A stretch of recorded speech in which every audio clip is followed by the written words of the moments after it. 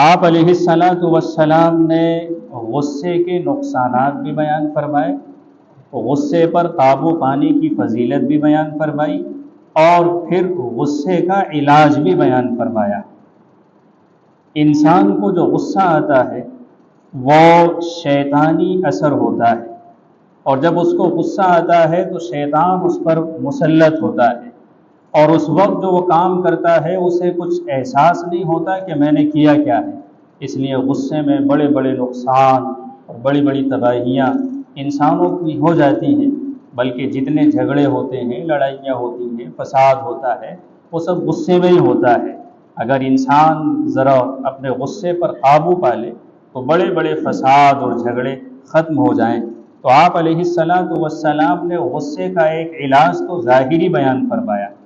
یعنی جب کسی کو غصہ آئے تو وہ تعوذ پڑھے، اعوذ باللہ پڑھے، اور پھر آپ صلی اللہ علیہ وسلم نے یہ فرمایا کہ غصہ شیطانی اثر سے ہوتا ہے، اور شیطان کو آگ سے پیدا کیا گیا ہے، اور آگ جو بجھائی جاتی ہے وہ پانی سے بجھائی جاتی ہے، اس لیے جب کسی کو غصہ آئے تو وہ وضو کر لے۔ دوسرا علاج آپ صلی اللہ علیہ وسلم نے وضو کا بیان فرمایا ہے، اور اسی طرح سے حدیث میں آپ صلی اللہ علیہ وسلم نے یہ بھی بیان فرمایا کہ اگر کسی کو غصہ آیا